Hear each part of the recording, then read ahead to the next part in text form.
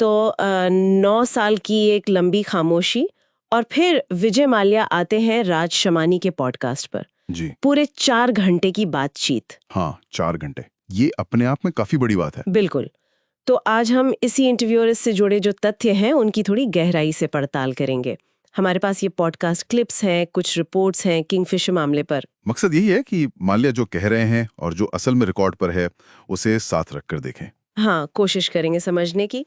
चलिए शुरू करते हैं फिर। और ये इंटरव्यू महत्वपूर्ण इसलिए भी है, जैसा आपने कहा, इतने लंबे समय बाद वो सामने आए हैं, और वो भी तब जब भारत में उन पर इतने गंभीर आरोप हैं। सही कहा। और 4 दिन में 2 करोड़ से ज्यादा व्यूज। ये दिखाता है कि लोग सुनना चाहते हैं कि वो क्या कह रहे हैं। हाँ, दिलचस्पी तो है लोगों में, ये तो साफ है। पॉडकास्ट में उन्होंने कई बड़ी बातें कही, जैसे पूर्व किंगफिशर कर्मचारियों से माफी मांगी और इसे अपनी सच्ची तथ्यात्मक कहानी बताया। वो सच्ची तथ्यात्मक कहानी वाला एंगल जरूरी है, वो ये स्थापित करना चाह रहे हैं। हाँ, और एक और दिलचस्प बात, वो खुद को भगोड़ा तो मान रहे हैं, पर चोर कहलाने पर उन्हें सख्त इतराज है। हाँ, ये फर्क वो बार बार सामने ला रहे थे कि मैंने डिफॉल्ट किया है, लोन नहीं चुका पाया, पर चोरी नहीं की। उनका कहना है चूक हुई, चोरी नहीं, और भारत वापसी की शर्तें भी रखीं। बिल्कुल, निष्पक्ष सुनवाई और मानवीय हिरासत की गारंटी, मतलब ब्रिटेन की चिंताओं का हवाला दिया। और फिर ये कर्ज और वसूली के आंकड़ों का मामला, ये तो बड़ा ही कंफ्यूजिंग है। वो कह रहे हैं बैंकों ने 14,100 करोड़ रुपए वसूले। हाँ, 14,100 करोड़, जबकि आधिकारिक रिकॉर्ड्स जैसे डीआरटी उनका बकाया बता रहे हैं करीब 6,203 करोड़।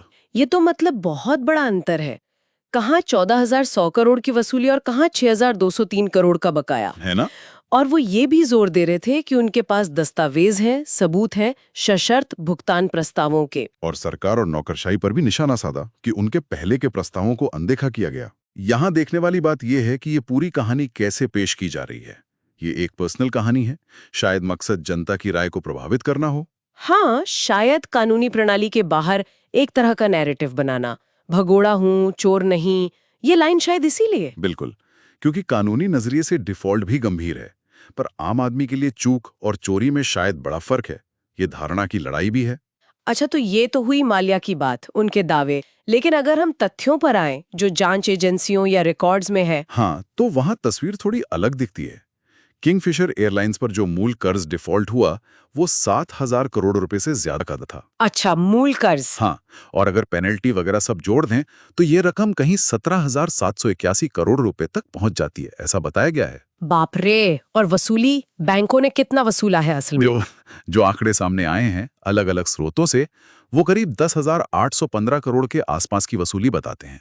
ये माल्या के 14,100 करोड़ के दावे से तो कम है। तो वसूली हुई है, पर उतनी नहीं जितना वो दावा कर रहे हैं। हाँ, और मामला सिर्फ डिफॉल्ट का नहीं है। सीबीआई, ईडी, इन्होंने मनी लॉन्ड्रिंग के आरोप लगाए हैं, जानबूझकर डिफॉल्ट करने के आरोप हैं। मनी लॉन्ड्रिंग मतलब पैसे को घुमा फिराकर ठिकाने लगाना? बिल्कुल।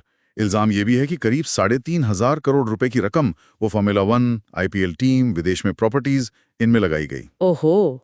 और बैंकों के अधिकारियों पर भी मिलीभगत के आरोप थे। हाँ, ये भी एक एंगल है। कई बैंक अधिकारी गिरफ्तार भी हुए थे इस मामले में। तो ये मामला काफी गहरा है।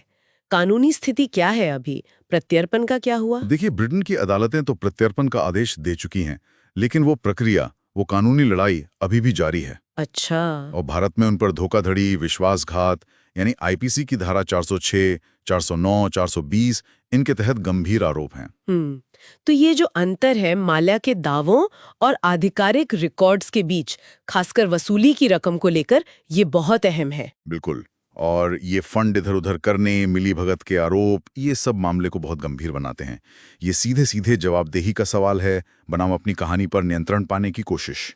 तो अब बड़ा सवाल यही है कि ये पॉडकास्ट आखिर था क्या? छवि सुधारने की कोशिश या वाकई कुछ साफ करने की नीयत थी? लोगों की राय भी तो बंटी हुई है इस पर। हाँ, सोशल मीडिया पर देखें तो कुछ लोग कह रहे हैं कि ठीक है, उनका पक्ष भी सुनना चाहिए, तो कई लोग कह रहे हैं कि उन्हें वापस आकर कानून का सामना करना चाहिए। लेकिन ये समझना जरूरी है, जैसा हम कह रहे थे, कि इस पॉडकास्ट से कानूनी हकीकत बदल नहीं जाती। जो मूल मुद्दे हैं, डिफॉल्ट, कथित धोखाधड़ी, प्रत्यर्पण, वो तो अपनी जगह हैं। हाँ, वो कानूनी प्रक्रिया तो चलेगी ही। बिल्कुल। और अगर बड़ी तस्वीर देखें तो ये मामला वित्तीय जवाबदेही कितनी जरूरी है, कानूनी प्रक्रिया का क्या महत्व है, इसी को दिखाता है। तो सार यही निकलता है कि एक तरफ माल्या की अपनी व्यक्तिगत कहानी है, उनका अपना सच है, और दूसरी तरफ कर्ज डिफॉल्ट, कथित धोखाधड़ी के कानूनी और वित्तीय तथ्य हैं। हाँ, और ये मामला ये भी दिखाता है कि आज के जमाने में कहानी कहने की, नैरेटिव बनाने की कितनी ताकत है, खासकर ऐसे पेचीदा कानूनी मामलों में। सही बात है। और आखिर में एक सोचने वाली बात, इस केस से हटकर भी अगर सोचें तो कैसे प्रभावशाली लोग जिन पर गलत काम करने के आरोप होते हैं, वो बड़े मंचों का इस्तेमाल करके जनता की धारणा को मोड़ने की कोशिश कर सकते हैं।